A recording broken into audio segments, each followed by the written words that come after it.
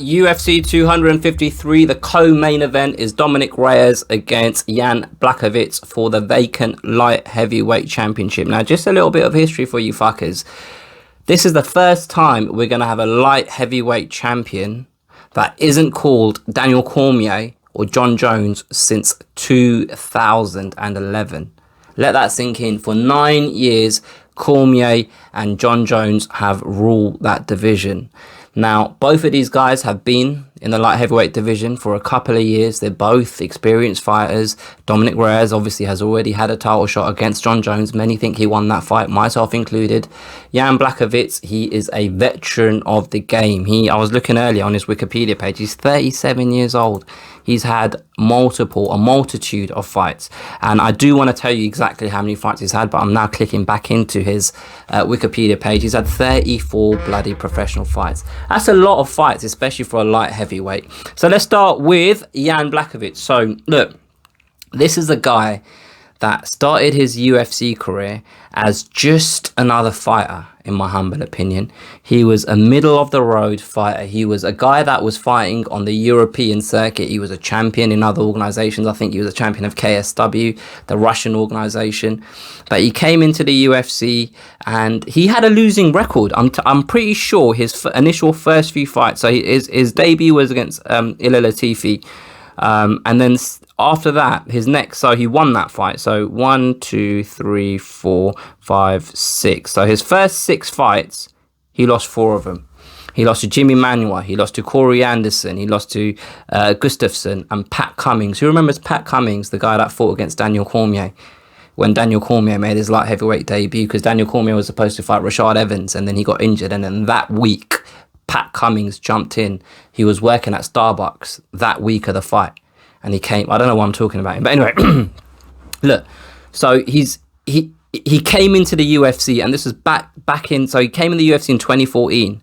And up until April 2017, he had 1-2 against Igor Pakrajek, I can't remember him, and Ilir Latifi. And he had lost to Jimmy Manuwa, Corey Anderson, Gustafsson and Cummings. And the reason why I'm bringing this up is, who did he just beat to get this title shot? Corey Anderson. And the reason why I want to bring up Jimmy Manuwa, and I feel bad saying this because Jimmy Manuwa is one of my favourite ever fighters. Like I remember watching him fight when I went to watch a UFC event. I think he was at Wembley Arena, and he fought a French guy. I'm pretty sure he fought a French guy. I don't know. I shouldn't really do this during my videos, but I'm going to do it. He fought Carl Kingsbury. Yeah, I knew Cyril Diabite. French. I knew it was a French guy, and I was there. That was in 2013, February 16, 2013. Anyway, the reason why I bring up Corey Anderson and Jimmy Manuwa is obviously he knocked out Corey Anderson to get his title shot against Dominick Reyes. And the rematch against Jimmy Manuwa, I saw a different Jan Błachowicz. And what I mean by that is Jimmy Manuwa is an aggressive fighter. He likes to come forward, head down, chin down, hands up. He's like a traditional Muay Thai fighter, all right? And the first fight that Błachowicz had with Jimmy Manuwa, from memory, and I might be wrong here, this is just my perception, like I say to you guys, from memory, I feel like Jan Błachowicz was getting involved in exchanges, but he was wild in those exchanges, eyes closed, just swinging arms, flailing arms, and Jimmy Manuwa won that fight quite clearly. In a rematch, Błachowicz was hurting Jimmy Manuwa regularly, and he was first to the punch quite regularly, and he won that fight. And that was kind of, I think, for me personally, that was kind of on his comeback trail when I kind of said, this guy isn't just a fighter, a UFC fighter. He has the ability to be a top 10, top 15 light heavyweight.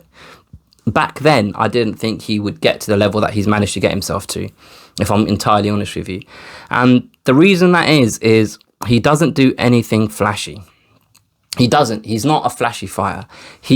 The thing that he does well, and what his strength is, he does all the basics really, really well. All of the fundamentals he does well. Yeah, he gets hit sometimes. Yeah, he leaves his chin exposed sometimes. Yeah, he makes slight mistakes, but who doesn't?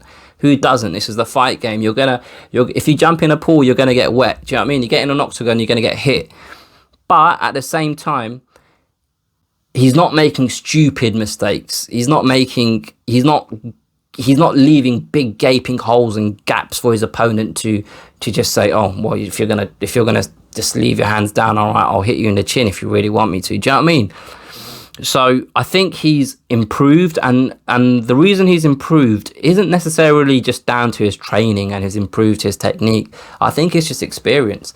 I think it's experience, and I think it's his mentality when it comes to fighting.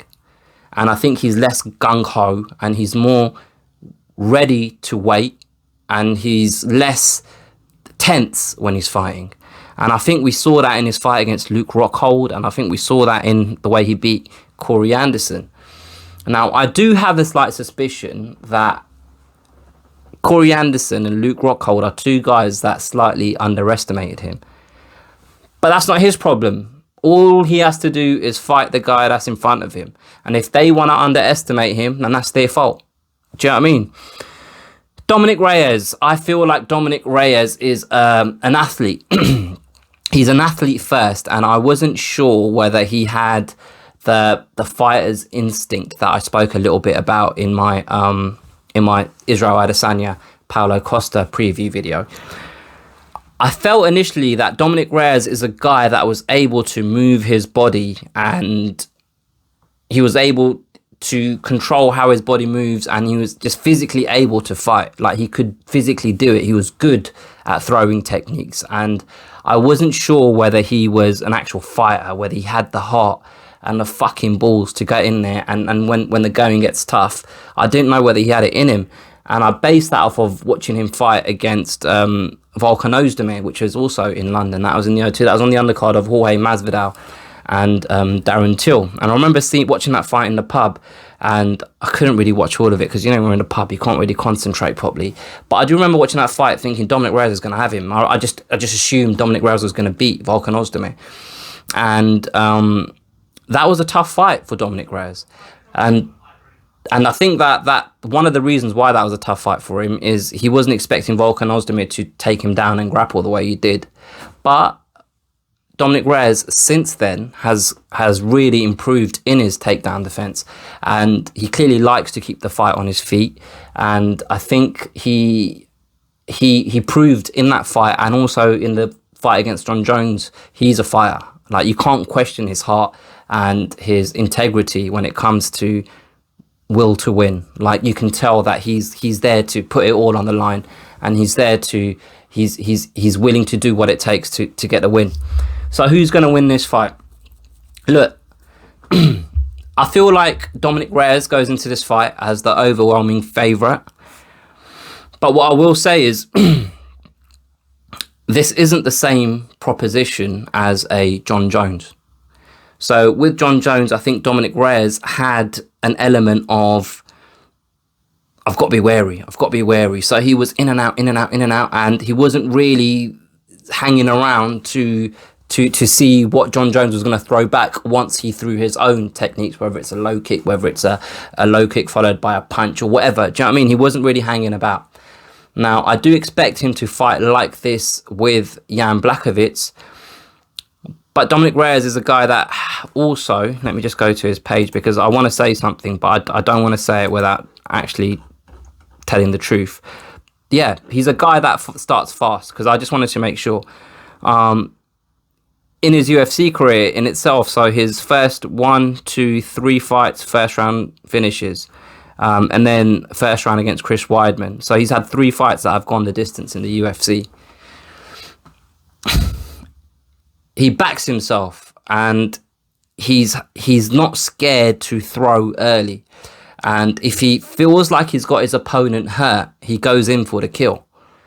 And that is a potential area that could be dangerous for Dominick Reyes, because if he feels like he's hurt or rocks Jan Błachowicz early on in the fight, I'm not saying Jan Błachowicz is going to be playing possum and he's going to be pretending he's hurt, but when Jan Błachowicz is hurt, he's got the experience and the wherewithal to weather storms. And even if he is hurt, he has got the ability to throw a strike and land and hurt his opponent. And you know what they say about the kind of the strikes that knock your opponent out are the ones that they don't see coming. And if Dominick Reyes is in the middle of a combination or a flurry and he gets caught on the chin, it could be an early night for Dominick Reyes. Personally, I feel like Dominick Reyes has enough, and I feel like the experience he's had in the fight against Jon Jones, the 5 rounds especially, will hold him in good stead. Now, this is him. He's been telling us now that he's the best light heavyweight in the world. And what the best light heavyweight in the world can't do is take any opponent lightly. Being the best isn't just being about technically the best, but it's about being the best on the night. And I feel like Dominick Reyes has got the ability to be the best on the night, even if he's got a grizzled old veteran with loads of experience in front of him, like Jan Błachowicz. So my prediction is Dominick Reyes gets the win, and I think he'll get the finish. I think he'll get the finish in the 3rd round.